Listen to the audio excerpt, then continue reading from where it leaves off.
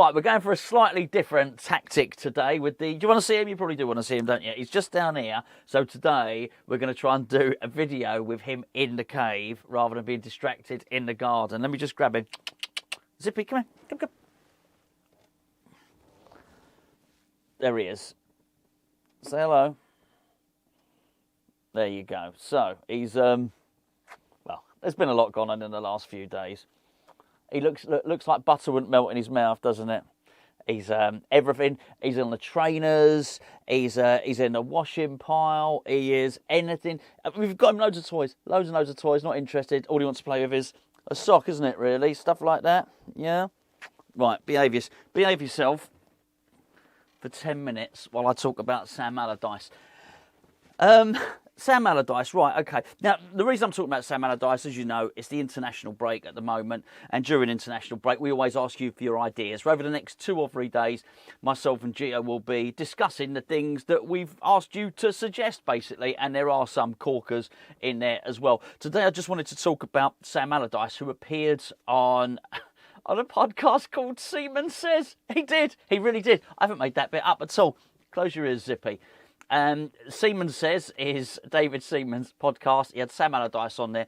And during a sort of well-worn rant about foreign managers taking British managers' jobs and so on and so forth, West Ham's favourite phantom ear cupper basically had quite a lot to say about Julen Lopetegui. Now, a lot of it I would have expected anyway. I absolutely would have done.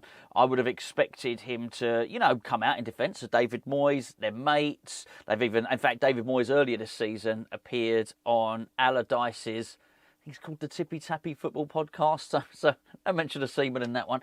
Actually, I'm not going to do that joke.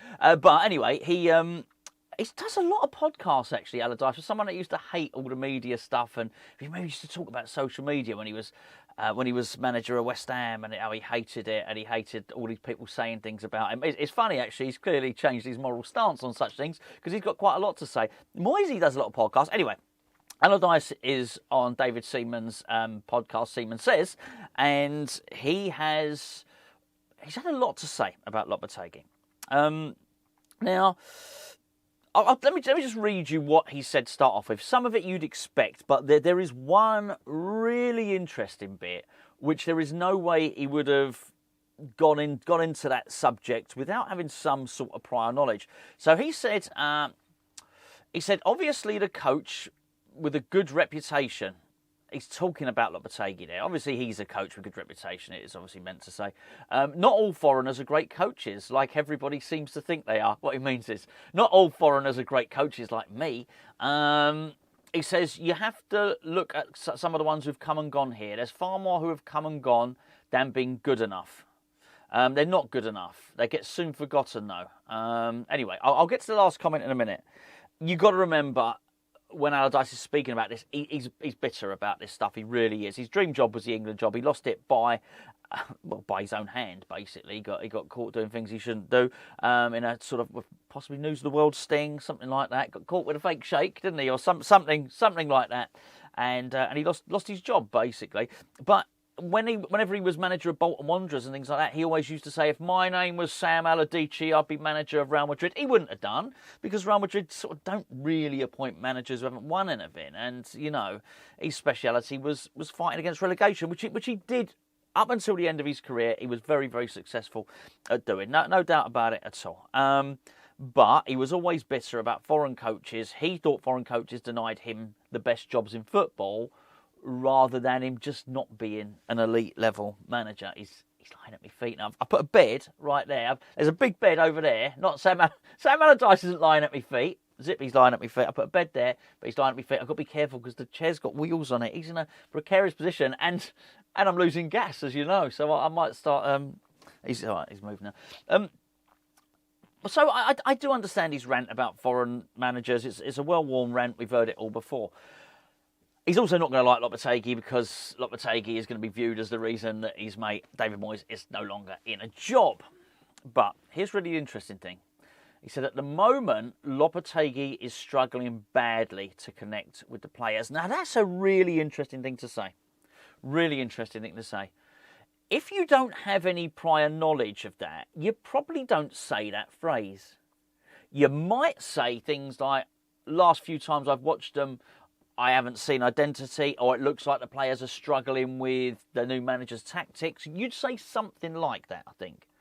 But to actually say, at the moment, Lopetegui's struggling badly to connect with the players, it does sort of hint that he has a knowledge of such things. Now, I don't know what it is, but it's not beyond the realms of possibility that David Moyes is still in charge of some of the West Ham players, and they might have even said to Moyes, we're struggling at the moment. Struggling to understand the new gaffer's concept, his tactics, and something like that.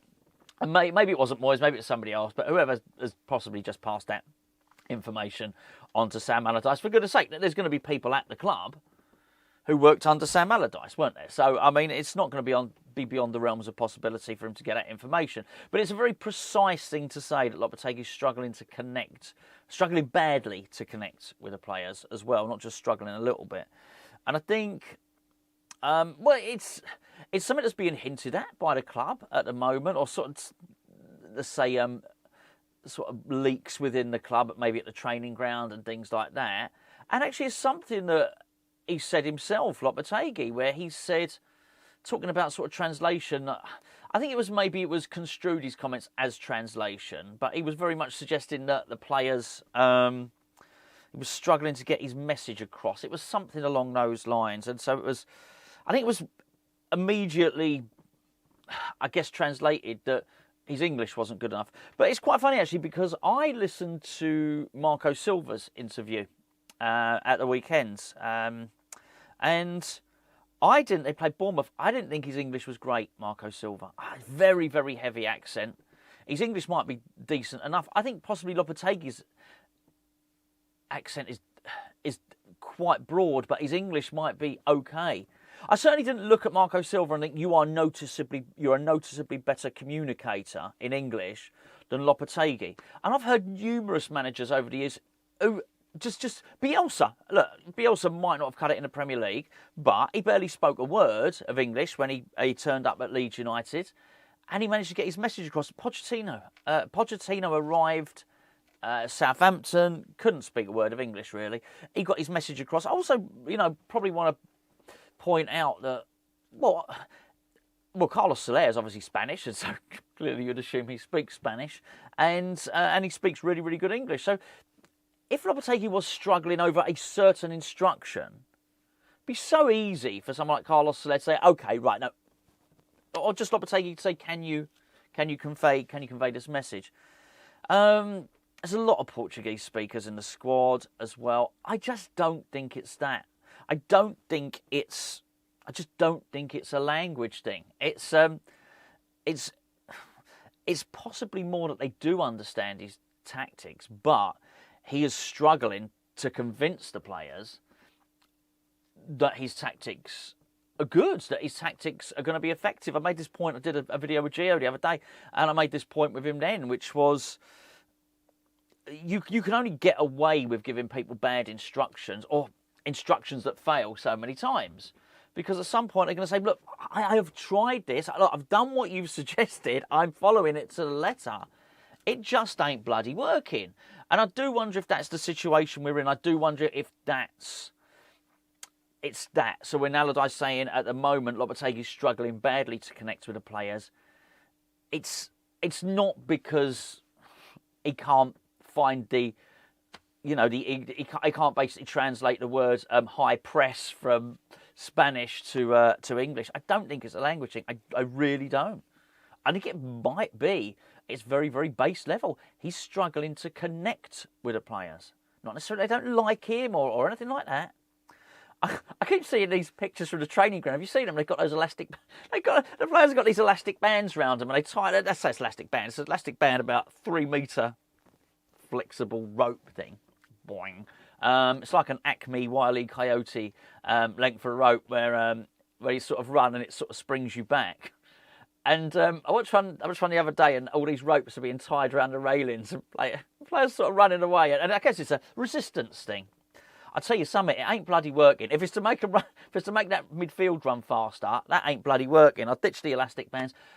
I just wonder. I'm joking about the elastic bands. I'm sure it has a purpose and a method, and I'm sure it's a fitness thing rather than a football tactics one. But I think possibly it might feed into a more sort of overriding suspicion that they're not buying into the training methods and not buying into the footballing ethos.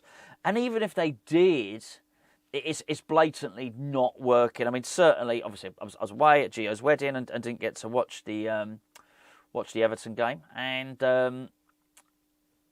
by all accounts, they were a team that we should have beaten. They were there for the taking. We even Lopetegui's best apologists would probably suggest that by now, sort of 3 months in or whatever it is, we should be seeing little signs, little glimmers, and even if to expect us to be qualifying or up in the top four is unrealistic, surely to beat Everton, who have been crap this season at home, maybe even not at Goodison Park, but at home, maybe that's a realistic expectation. But we were pretty crap, and maybe it's just that. Maybe, as I say, the players are looking at it and thinking, look, mate, you know what I mean? We can't do this. This is not. This is not working. We need a fresh set of ideas. I don't know. I don't think he's necessarily lost the dressing room. I think probably the players. I think we've probably got a decent bunch of players. I think we've probably got an honest bunch who want to do well, but are probably frustrated that things aren't going better. I mean, somebody has mucked up really, really badly at the club. There's absolutely no doubt about it here. With either the appointment or the implementation of it, or the way either David Sullivan recruited him or the way that Tim Stuyton has been asked to work with him or whatever. But I just can't at the moment see, with all these stories coming out as well, I just can't see any other outcome that's probably more viable. Look, Sullivan ain't going to go. Whilst I don't believe that Stuyton will be here next season, it's probably he's not going to go this season. The easiest person to get rid of is probably Lopetegui, and it'd probably be the one that has the biggest upturn in results. Just a new manager with a fresh set of ideas who can come in and possibly not struggle badly to connect with the players. But I would like to make this one point before I go about Sam Allardyce, old Sam Allardyce, who thought he should have been managing Real Madrid. I would like to point out that Julen Lopetegui has won a trophy and Allardyce hadn't. And actually, whilst Allardyce thinks that he should have managed Real Madrid, the guy he's criticising has actually done the job.